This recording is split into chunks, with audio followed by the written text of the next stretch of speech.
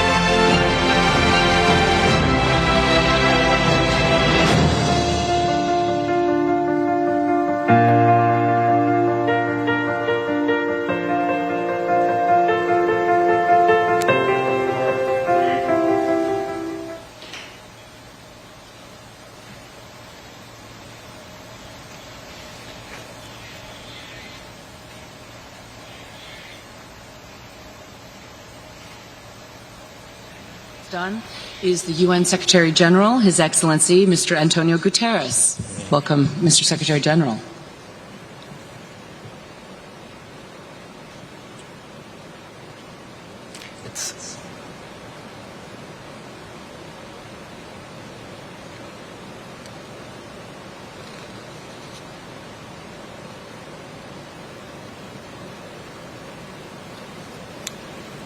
So we can't see program yet?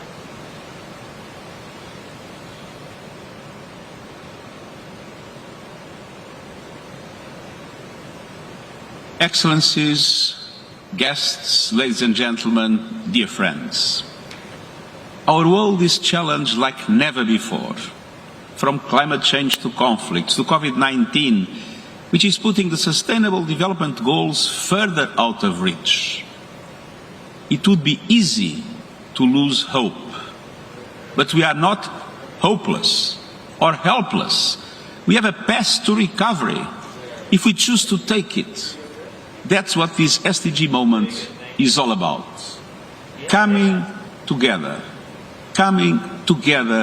to save our planet and each other. Coming together also with the BTS today, which is a fantastic contribution. Now, 2 weeks ago, I launched our common agenda, a plan to reboot the multilateral system and gather the world around our common objectives. Because only by recovering together can we get the Sustainable Development Goals back on track. And I see 5 areas for urgent action.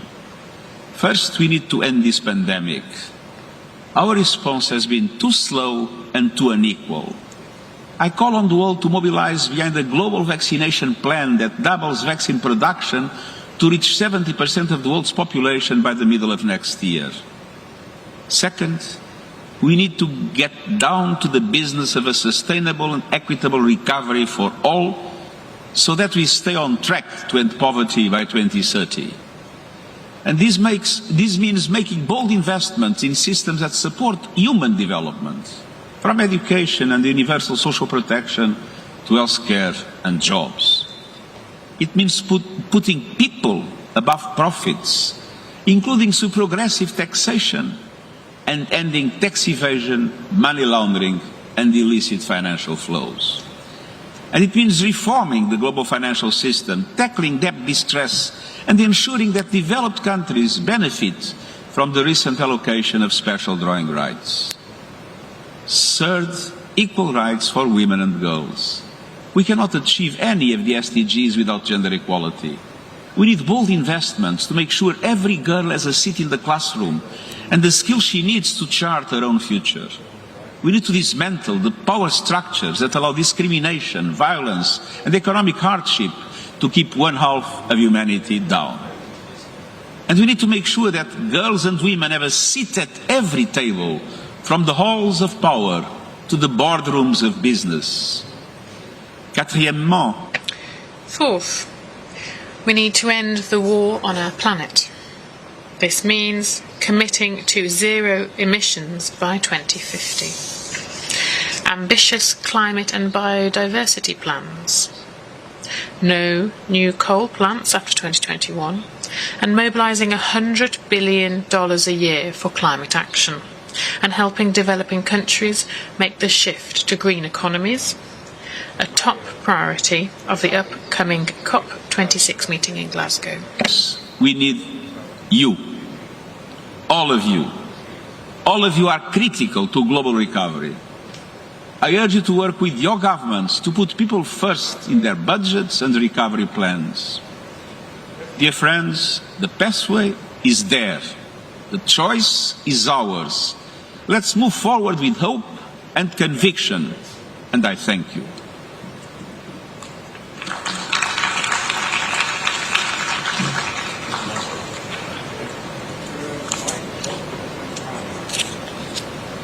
And thank you, Mr. Secretary General, for underscoring the fact that we are neither hopeless nor helpless.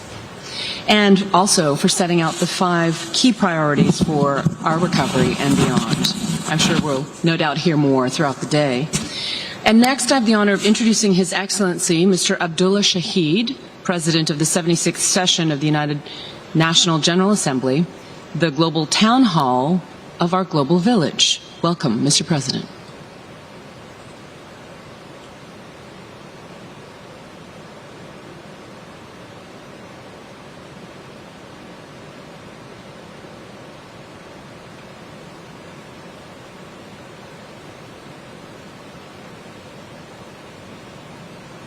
Mr. Secretary General, Excellencies, ladies and gentlemen,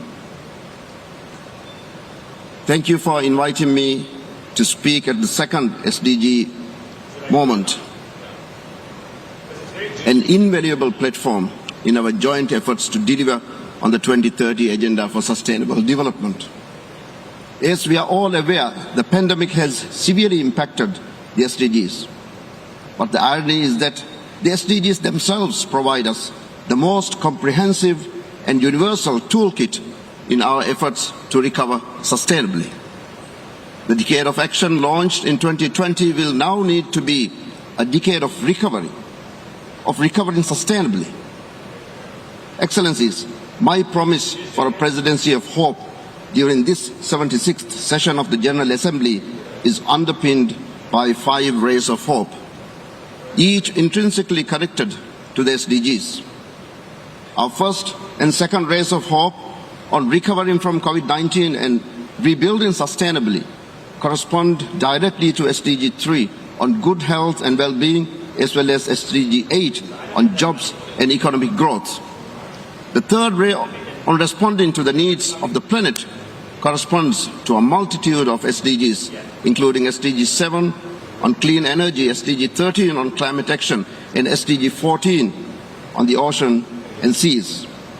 And our final 2 rays, covering human rights and UN revitalization, cut across and uphold the entirety of the SDG agenda. Why else pursue such ambitious goals if not to respect and enhance the rights of the people everywhere? How better to achieve than through a multilateral system that is equipped to do just that. In essence, ladies and gentlemen, the workings of getting the SDGs back on track are our shared responsibility. The General Assembly can and is willing to play a part. Going forward, the gaps in political will and resource commitment remain a common fault line in our resolve to progress the SDGs. This must change. We need to ensure that countries, in particular the LDCs, LLDCs and the SIDS, have access to adequate resources and capacity, support in their efforts to recover from the pandemic and achieve the SDG targets. Like everything else on policy, there is no one-size-fits-all. For this very reason, the SDG Moment and platforms such as the ECOSOC's High-Level Political Forum offer an opportunity to reflect on where we are, where we could be, and what is holding us back, and the way forward. I encourage all to share success, best practices, lessons learned, challenges, and failures alike to achieve the SDGs.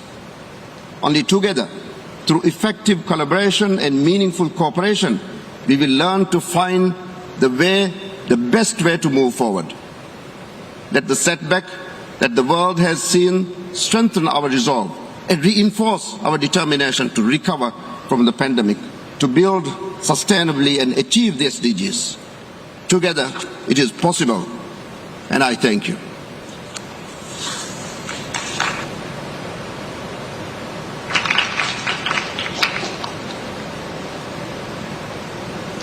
Thank you, Mr. President, for those encouraging words. We can't measure progress without the right metrics. So before we go any further, let's get a reality check on SDG progress 6 years after their adoption. We're joined in the SDG studio by Ms. Claire Casey, the Global Head of Policy and Insights at Economist Impact. When world leaders came together in 2015 to adopt the Sustainable Development Goals, we all knew the challenge ahead of us. And we've made progress, but it has been hard-won, uneven, and fragile. The COVID-19 pandemic has shown us just how fragile. Today, humanity faces a stark and urgent choice. Do we allow these fractures to grow, or do we break through to a greener, safer, and more equitable future? At Economist Impact, we're dedicated to driving positive change by using data and evidence to better understand the biggest issues and evaluate the best solutions. And we've been closely tracking action on the SDGs. Today, as we explore progress against the Sustainable Development Goals, let's remember, we know what we have to do, and we have the tools.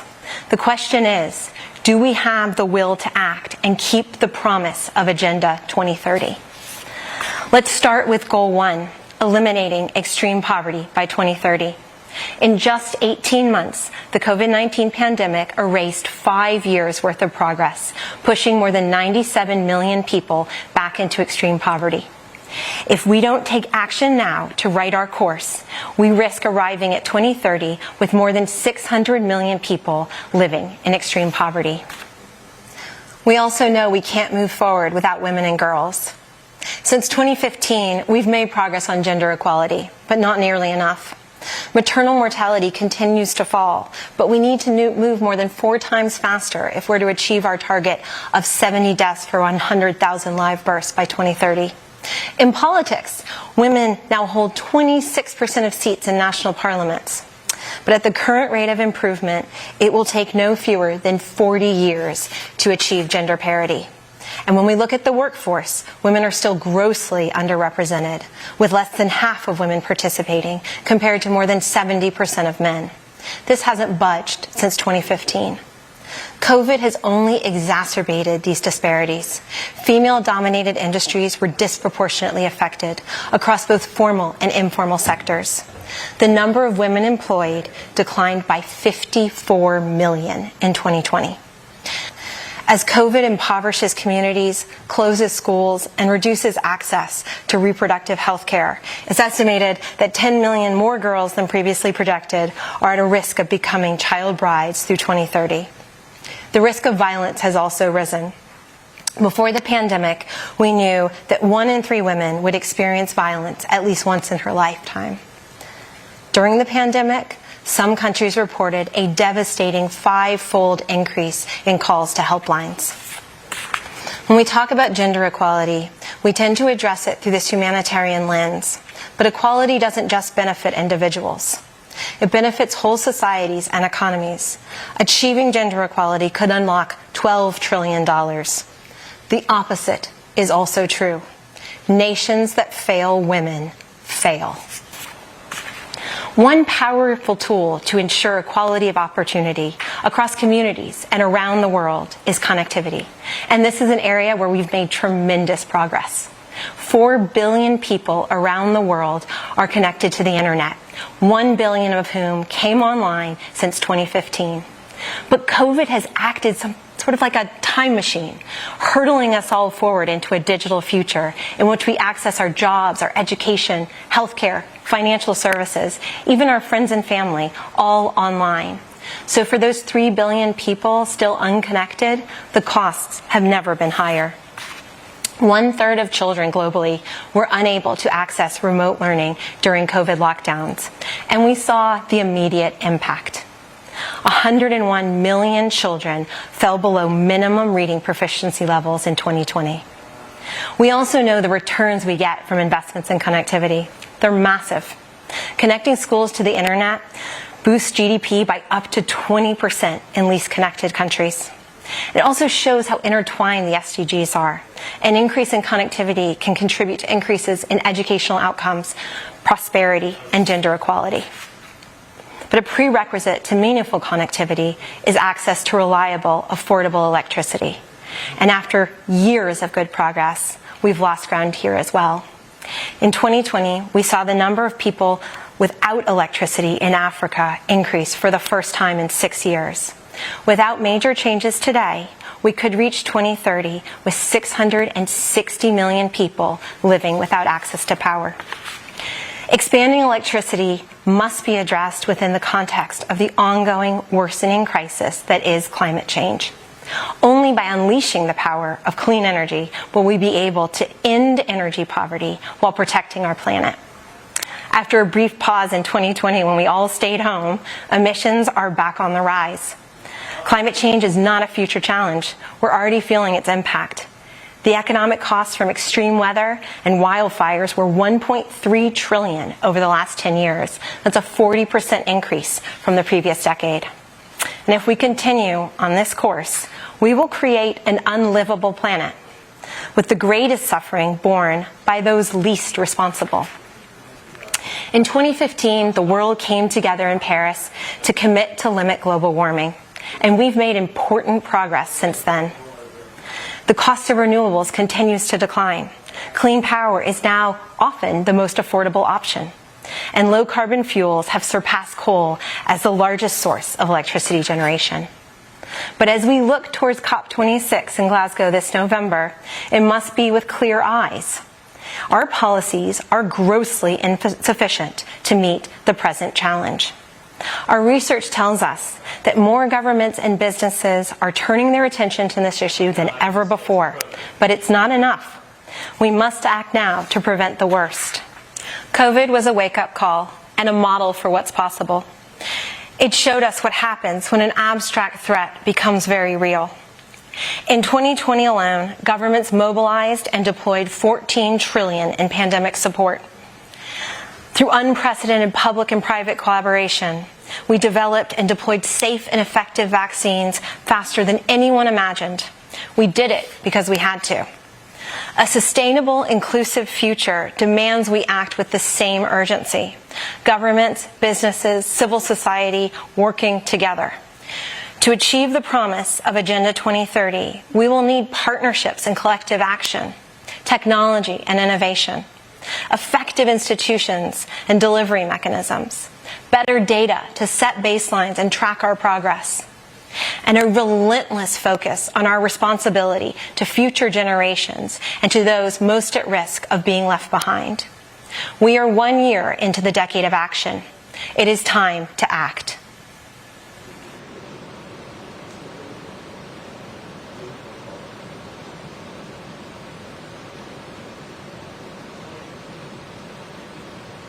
Our thanks to Ms. Casey on the very sober and clear-eyed look at what has to be done to get the SDGs back on track. And as we heard earlier from the UN Secretary General, doing so is going to require action from all actors and the engagement of all people, especially youth, which is why we're therefore pleased and, as a Korean American, distinctly honored to be joined by His Excellency Mr. Moon Jae-in, the President of the Republic of Korea, to deliver a statement and to introduce a very special guest. Welcome, Mr. President.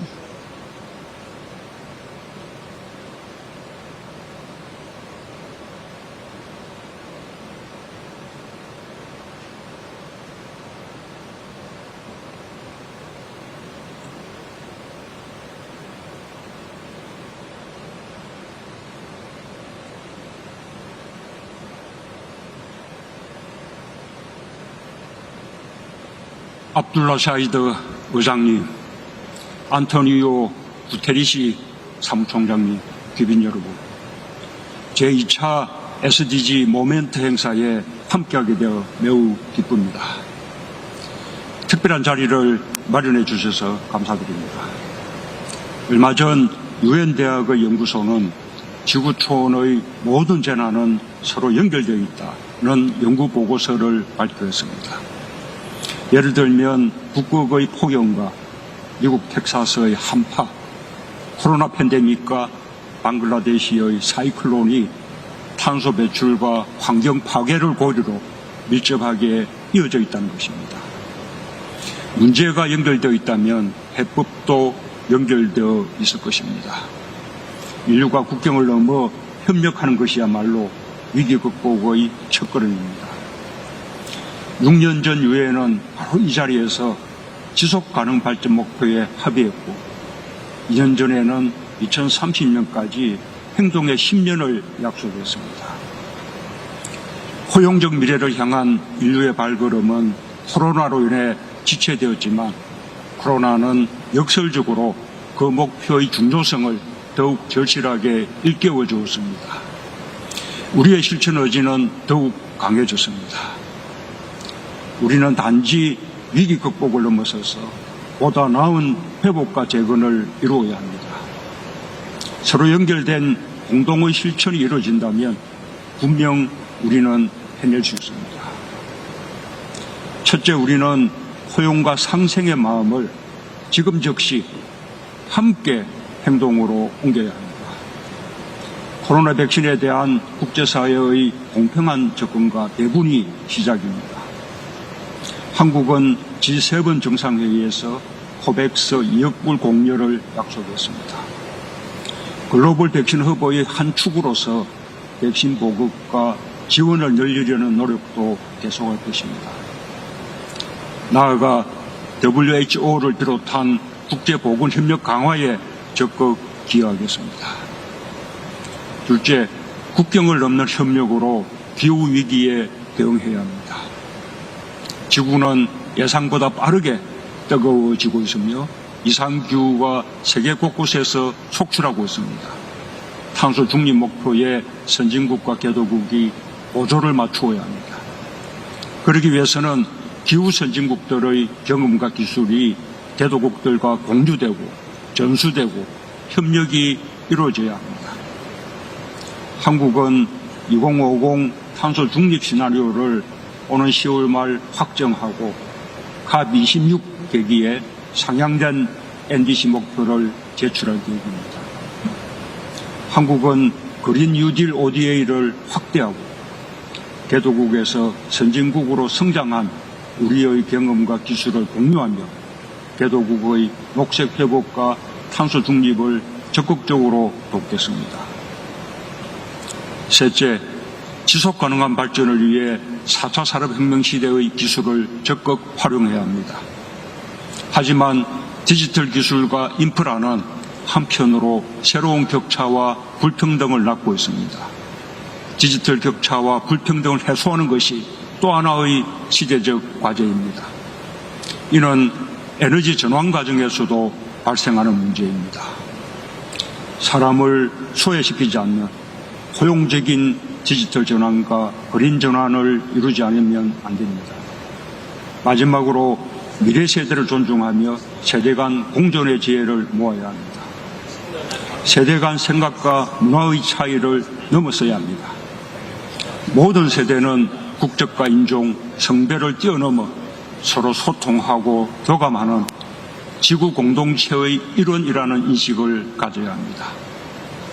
빈곤과 불평등, 기후변화 같은 기성세대가 해결하지 못한 위기에 대해 미래세대의 목소리에 더 귀 기울이는 것은 기성세대의 의무이기도 합니다. 기성세대가 변화에 대한 두려움 때문에 해결하지 못한 문제들에 대해 젊은 세대의 감수성과 공감 능력이 해법을 찾을 수도 있습니다.